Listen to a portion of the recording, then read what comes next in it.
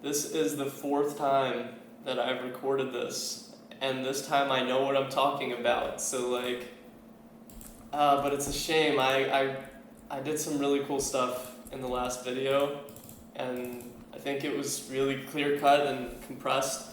But I'm gonna do it again. So I'm just gonna get to the point. Yeah, there's no meandering, nothing like that. So I want to show you how you can use volume shaping along with reiterating sounds to make really mulchy sound design sessions more usable in a musical context really quickly too, because I'm all about that, like musking things, like making things as efficient as possible. So I'm going to make a little hi-hat type sound and then run it through a bunch of iterations. So change the frequency, special hertz,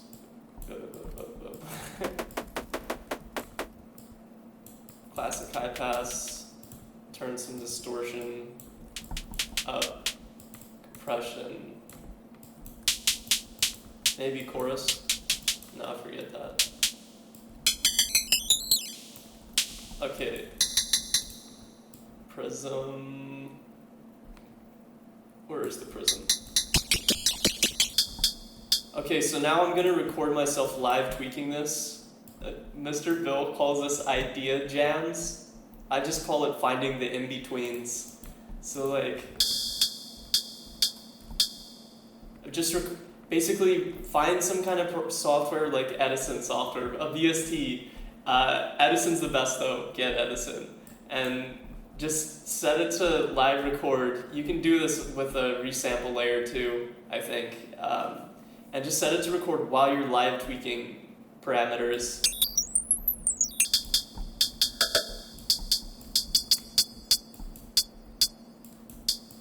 Set this to octave mode.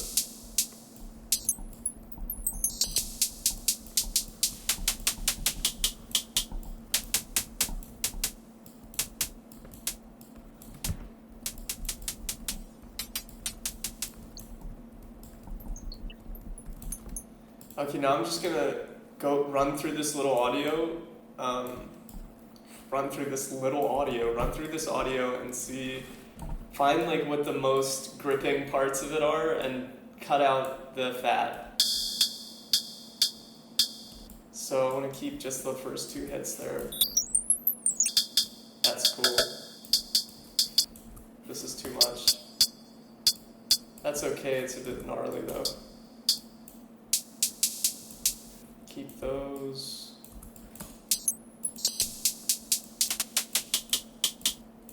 Get rid of all that. Keep that, and this last part. And now normalize the whole thing. Normalize a discrete part of it, and then roll off the lows. That's what a Montauban says. This feels so cheesy because I recorded this four times. A Montauban did an AMA recently, and the dude hit him up and was like, Amon, what is the number one advice you would give to budding producers? And he said, roll off those lows. So you don't even know how much low frequency content is generated and stuff that you're just not, it's really hard to be aware of unless you get super sensitive ears. So I just rolled off the lows a second time. So this is the first iteration of this hat sound. I'm gonna save it. I'm gonna save it in my toolbox, which you should always be saving stuff to a toolbox. I'm gonna call this Patreon Hats 02. Okay, so I've got this first iteration now. And what I want to do is run it through more iterations, make it sound more gnarly, to put it in my own language. So I'm gonna put some reverb on it. I'm going to put a vocoder on it. And I'm going to put some spectral contrast type effects on it. Now, right now I'm just gonna look for the good sounds. Oh, make sure to limit this. One of the most important effects of all time. One sec. Why are you making, oh wait, vocodex needs to be routed to 0. Okay, so this is too much. I need to set the release up. Oh, and put the reverb after all this.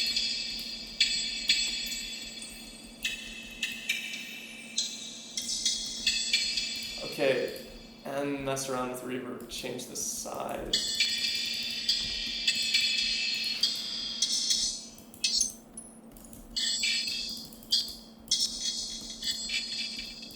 And that's why it's so good to do live tweaking, find the in-betweens. Because you can make sounds that you just wouldn't be able to make otherwise. And one of my favorite effects, one of my favorite things to do is to take like 3 compressors and just boost all of them as much as possible. This is an old Vatex trick called compressing, but I just call it, yeah, I call it the same thing. So like, what this will do is it will boost, if you've got a verb on it, it will boost it to absolute hell. Like the trail will be really long. Okay, and if I make this a bigger, like a higher time, you will notice that more.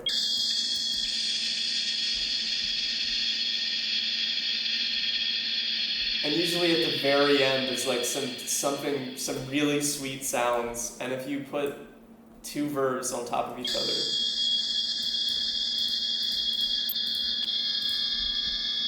Do you hear that? And then if you put like some spectral stuff in between.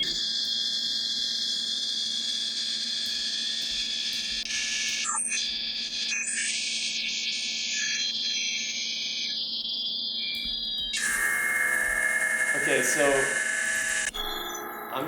and that's the cool thing about compressing is that if you press the stop button, it'll usually do something crazy. And it gives you these really cool in-betweens. See? Okay, so I'm just gonna record myself live tweaking now.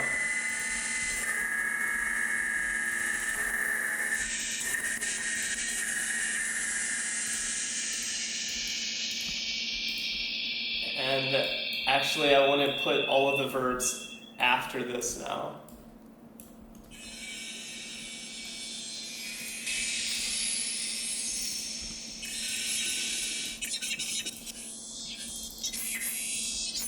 And maybe here, I'm gonna automate the super slider.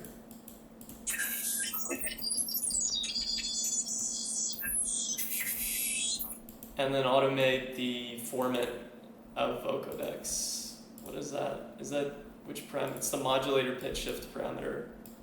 There we go.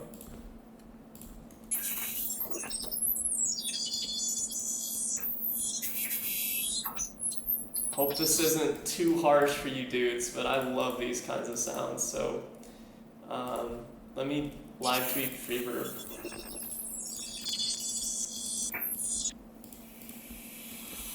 Whoa.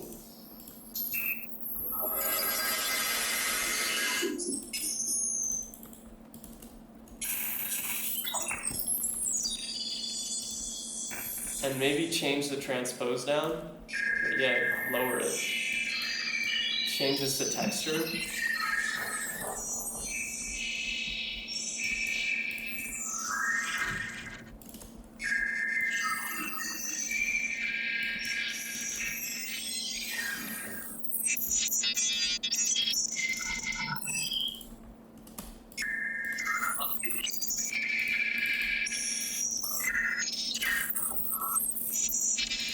Okay, so now I'm going to do the same process I did before, just trimming the audio file a bit.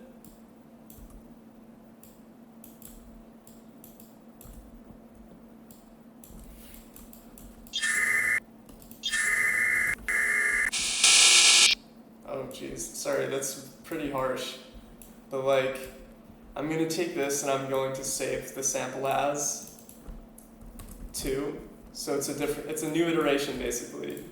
And what you can do with that new iteration is, well, first of all, find it and then just drag it into where this was and use the same exact effects on it. let me go to the bits that are less like a crash.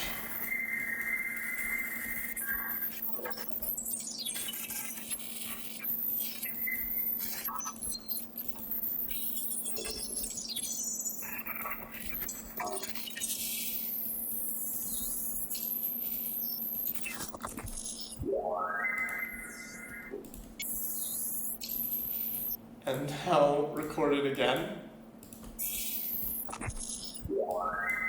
That bit right there I really like.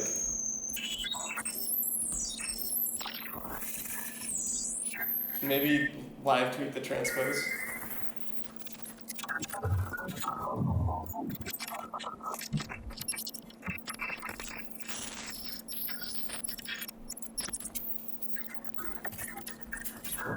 So see how small it is now?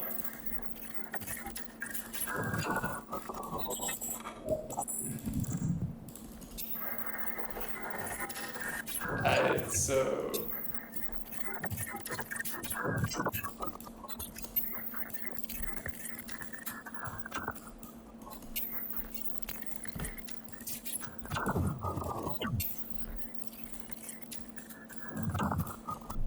Now, normalize this, roll off the lows again, oh look at all that, damn.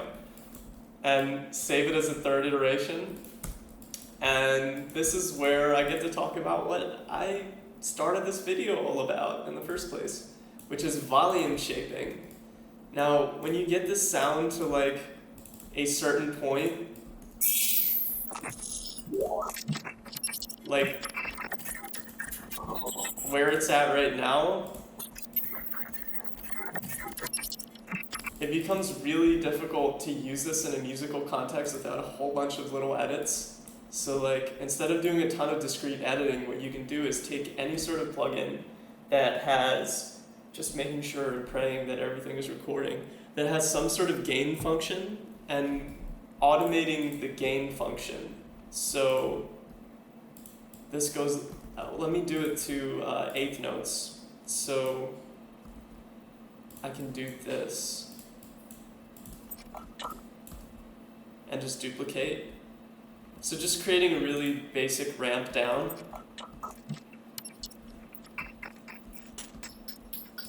And you can hear that this automatically creates like little discrete one-shot sounds without you having to do much. And what you can do is you can take these sounds that you were using before and just paste them here. And put the utility, and you can do this while you're making sounds in the first place. Put the utility afterwards. And it's cool to add a reverb after the utility.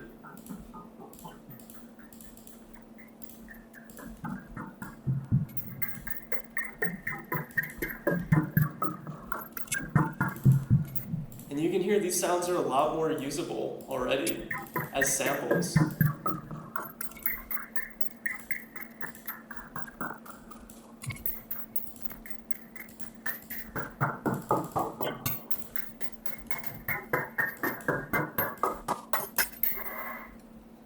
Okay, so, and I kind of want to do the same transpose thing I did with this too. Oh, where's that automation at? My bad. Here.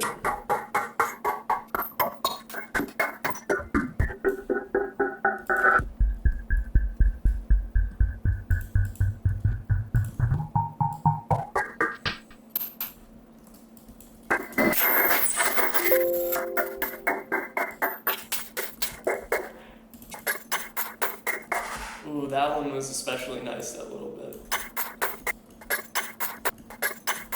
And see, now that this is all nicely chopped up already, if I want to turn it into something, it's so much easier. Like, check this out.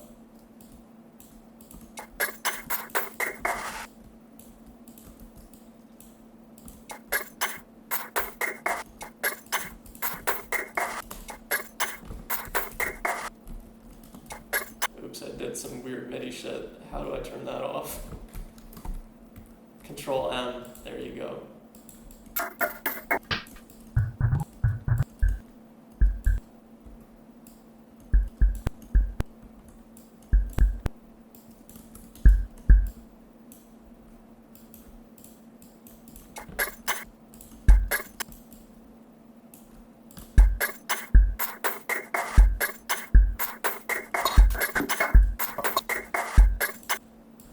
Now go back to like here.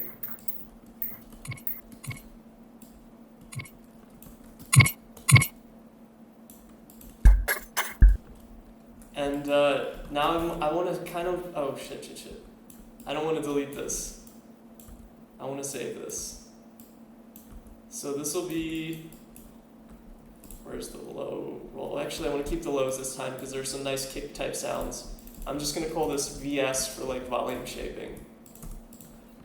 Or shaped, that's what I call it. So like, if I go back into my toolbox, find the second iteration. Oops.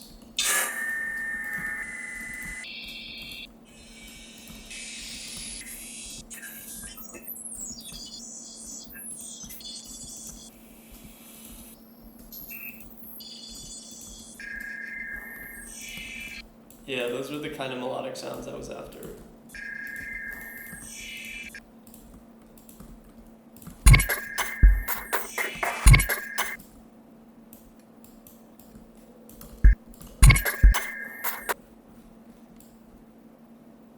What kind of rhythm do I want to add? So, I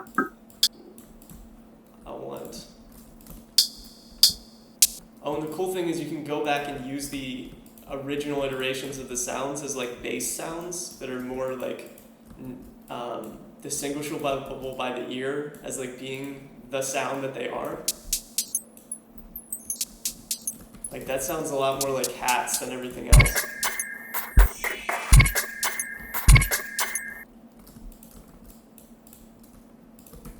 And then I want to switch this to 16th because it sounds like it wants to be a lot faster than it is.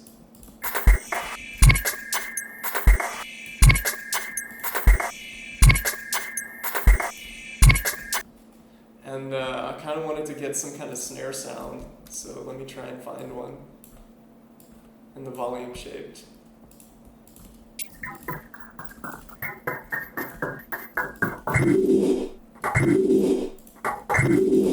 That's sort of like a snare.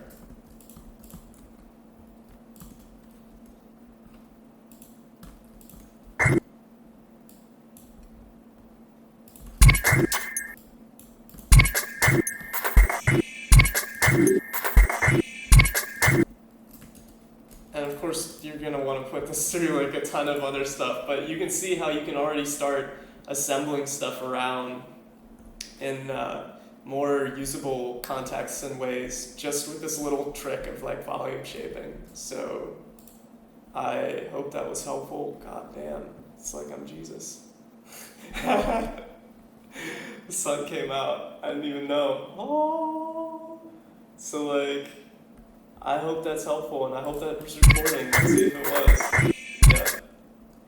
And peace out.